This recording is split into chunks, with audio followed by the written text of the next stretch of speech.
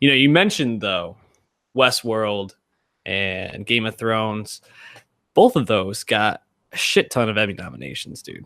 Like at 2021 for oh no, sorry, 22 for Thrones, 21 for Westworld. Handmaid's Tale wasn't far behind. We talked about what we wanted to see, maybe some predictions for the nominations last week. What stood out to you, or what trends did you notice with the nominations that came out? Yeah, so I think this is an interesting field, in which case there's a lot of like, stuff stays the same with the Emmys and stuff kind of, is new. And, anywhere you look with that, you can kind of pick up on that trend. Like the big headline that people were throwing out was that Netflix was the most nominated network, 112 overall, but HBO with 108. HBO had been the most nominated network for 18 years in a row up until now. And everyone's like, oh, Netflix taking over, and conveniently timing with that HBO new strategy that we talked about last week from coming up from their higher ups at Time Warner, right? And honestly, like if you do like the math on this, like Netflix puts out so much more content than HBO. We always say they're a quantity over quality place. So I feel like in theory they are bound to just get the nominations because obviously they have all that money. They're going to push and promote their shows whether deserving or not. And then also I think what the real difference is that last year HBO got a lot of noms from a limited series, Big Little Lies, right? This year HBO did not have one of those, but who did? Netflix had Godless, the Western with Jeff Daniels. So that's really the difference in the breakdown. And on the other end of this, the streamers, last year Hulu became the first streamer to have the outstanding best drama with Handmaid's Tale. And you look now, and Hulu's in second to last with only 27 nominations, and Amazon's in last with 22. So Netflix's dominance over those two is still very, very obvious, despite the fact that Hulu got the more prestigious award last year. So I find this interesting that people are trying to jump to all these conclusions with Netflix when I think it's really just a numbers game. Yeah, it's interesting too how they can market these things, because obviously everybody wants to say Emmy nominated series, Emmy nominated actor, but if you think about Hulu, who you said is way behind Netflix, they probably have two shows that have a better chance to win than most of Netflix's shows. And you look at Marvelous Mrs. Maisel and Handmaid's Tale. I think that Rachel Brosnahan definitely has. Maisel's on Prime, but same to your point. Oh, sorry. Yeah. Sorry, I got confused there. You're right. Yeah, Handmaid's Tale. Elizabeth Moss will probably have a chance at repeating. Has a shot at best drama again. But yeah, Netflix is just going for those numbers, get those nominations up. Yeah, just all that market share. Yeah, it's interesting. Something I saw a lot of people tweeting about was particularly the best comedy category and how stacked it is, which I think is actually interesting for two reasons. One, I think it's just a really interesting race to look at, what shows are on there, what didn't get on. Like for example, Good Place, I thought could have taken a spot over like Unbreakable Kimmy Schmidt or even Curb, which I think just got the like generation nom. But what are your thoughts on the category? Yeah, I agree. And it's weird, too, because NBC was actually the third most nominated network. They beat out FX. They had 78. So you would have thought Good Place would have had a lot of that. But, yeah, I mean, I think Good Place, every critic would have picked it over Kimmy Schmidt. And even I think Kimmy Schmidt fans aren't as high on the most recent season as they are, when the show first started. Sure. But, I mean, whether you look at the acting categories or just overall best outstanding comedy, Atlanta, Barry, and Marvelous Mrs. Maisel, like take your pick. It's really, really tough. There's a case for all of those. So I think that's going to be fascinating to see what actually pulls ahead, because Maisel did get the Golden Globe nominations, and we'll see if that actually carries through, because obviously, that was last fall. So, but yeah, definitely stacked, and poor Mike Schur, but Good Place was not there. Yeah, I mean, Ted Danson still got Best Supporting nomination, and I think he actually might have like a decent chance in that. I mean, he's generational talent. He's been around forever. Everybody loves him. He's great on the show, so I think he might actually have a okay chance at that one. Interesting for a show that you talked about. I didn't watch it, I'm planning on at some point getting caught up on a Twin Peaks. So it got, I think it was 9 nominations for a lot of those in writing and directing. But it got snubbed in 2 major categories. First, I mean, obviously for best limited series, but then also Kyle MacLachlan, whose performance throughout the show was like heralded for being a pretty challenging one, considering I think I saw one place that he had 3 parts to play.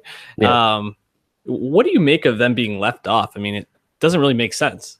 No, it doesn't make sense at all. It's freaking really stupid, if you ask me. Look what made it. Like Genius, Picasso made it. The second I didn't even know that was on. Of Genius. Yeah, no one liked it. And and this is the kind of thing where, like, you know, this happens a lot with the Emmys, where they just kind of vote for the same thing they're familiar with, right? Whether because the voters hadn't seen the new stuff to give it a chance, or they just do stick with what they're familiar with. This is the first year Modern Family was not nominated for Best Comedy in the history of the show. Yep. Which is several seasons too late, but about time, right? Right. So, and remember, House of Cards and Homeland kept getting nominated well beyond their, peak prestige, right? Mm-hmm. And the fact that Genius, though, gets Genius, I like that last time. Fuck it. Antonio Banderas, he's cool. Right. So but yeah, it's not like they didn't watch Twin Peaks. They got 9, at least some parts of the Emmy body anyway, but 9 award. I mean, David Lynch got a few of those noms himself, including that amazing Black and White episode, which is the best episode of the season.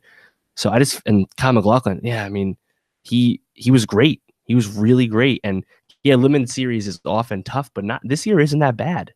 I don't think it was going to be that competitive. And it just sucks that, maybe because it came out last year, it's a little old hat for people. You know how the calendar works, or maybe it's just Showtime's fault for not promoting it enough. I don't know, but it shouldn't have need to be promoted. It was a lot of TV critics' #1 or top 5 show of the year, so that's disappointing. But at least it wasn't like totally overlooked. The way like Young Pope. Did Young Pope even get any nominations last year? It got very few. If it did, it didn't win anything for sure. A show like The Terror this year on AMC, which is really well liked, didn't really get anything at all. So, that does happen, and it's disappointing. I mean, I was happy to see Killing Eve. Sandra Oh got nominated. She's actually the first Asian woman in a lead role in either drama or comedy to ever get nominated, which seems like way too late, obviously. But it didn't get nominated for Best Drama, which a lot of people thought it had a great chance at, and neither did Mindhunter from Netflix. And this is the first year in several years that a freshman drama was not nominated. I mean, if you go back last year, Stranger Things first season was nominated. Year before that, Mr. Robot. Mm-hmm. Before that, Better Call Saul. Before that, True Detective. Before that, House of Cards. That's back in 2013 all the way. So this year, they kind of just kept everything from last year, and then they subbed out Saul and House of Cards for the return of Game of Thrones and added The Americans. But Stranger Things season 2 and Westworld season 2, due to familiarity, due to Netflix and HBO pushing, they're still there. And frankly, I don't think any critic would pick either of those seasons over Killing Eve or Mindhunter. So that stuff happens, but it's disappointing. Yeah, but shout out The Americans. I think they got, I think it was 4 big categories that they got nominated in. It was outstanding drama. Kerry Russell's there again. Yeah, Kerry Russell and Matt Reeves, I think, both got a nomination for their roles, which is great. I mean, this is their last year doing it, so I hope to see them get some love at the awards coming up. As we're talking about who got in, who didn't, Game of Thrones nominated Emilia Clarke and Kit Harington for outstanding lead, which is the first time they've done that, and it didn't really work out for them. Neither one of them got nominated, but all the Lannisters did, so thank God for that. Well, I mean, what are your thoughts on that? Do you think that's deserved? Do you think they should have been on there? Tough categories. Yeah. I think they're all great. I think they've kind of been, keeping Peter Dinklage in almost every year, if not all the years. I don't quite remember, but he's like the peak of Tyrion as a character in terms of delivering great lines and just letting Dinklage cook was a few seasons ago, right? So again, it's probably just a familiarity thing, the most popular prestige show. People already like voting for it. They'll keep voting for it, But yeah, it was interesting to see that the dominance didn't totally take over. I mean, even the drama stuff, I'm really curious to see how it plays out, because Thrones is back this year after not being nominated last year due to when the season took place. And will Handmaid's Tale win again? I know people are definitely down the end of Handmaid's Tale season 2, and I mean, could you ever see Westworld season 2 or Stranger Things season 2 winning it? Could This Is Us win it? I don't think so. And will they give it to the Americans now of all times for the final season? So like, I really don't know what the front runner is for the drama, and it even permeates down to the actors. So. Yeah, it's tough. I'm looking through the lead actor in a drama series. I mean, Jason Bateman, Matt Reese, Sterling K. Brown, Milo from This Is Us. I can't say his last name. Ed Harris. Yeah, and Jeffrey Wright. I mean, I feel like Kit Harington could have snuck in over one of those people. Like, take Ed Harris out of there or Milo. I mean, I feel like either Milo or Sterling K. Brown could have been supporting actors. The way that didn't Milo die already? Yeah, and he's also in flashbacks. I mean, half the show is flashbacks, but I see. I mean, it's interesting. So, and Jason Bateman for Ozark, I also was surprised, but I know that show got a lot of love when it first came out. Also, an older show, so seeing something like Twin Peaks not get nominated, but Ozark, Jason Bateman pulls the nomination. It's really interesting. Another curious thing: Ozark got 5 nominations, 2 of which were for directing. It got 2 different directing nominations, which is the same as The Americans. That just seems off to me. Yeah. Netflix flexing their muscles with those nominations there. Should have done it for Mindhunter though, A couple other notes I made here that I just wanted to kind of shout out things I was either excited for or might be interesting to look at as it approaches. Kenan Thompson for SNL. I mean, SNL got I think 4 or 5. Edie Bryant, Kate McKinnon also got another one. But Kenan Thompson, his 15th season on SNL, and he finally gets a nomination. That's pretty awesome. I'm guessing that's probably for his role as Trebek in Black Jeopardy, which is a pretty good running bit for them. Yeah, I'm not sure what episode it was. I mean, they did it a lot, which is probably why. John Legend has a chance at securing an EGOT, which is pretty interesting. He got an Emmy nomination for Jesus Christ Superstar. I feel like no one ever talked about him as in play EGOT, No. So, shout out John Legend, former Good Music artist. Alison Brie got snubbed for Best Actress in a Comedy.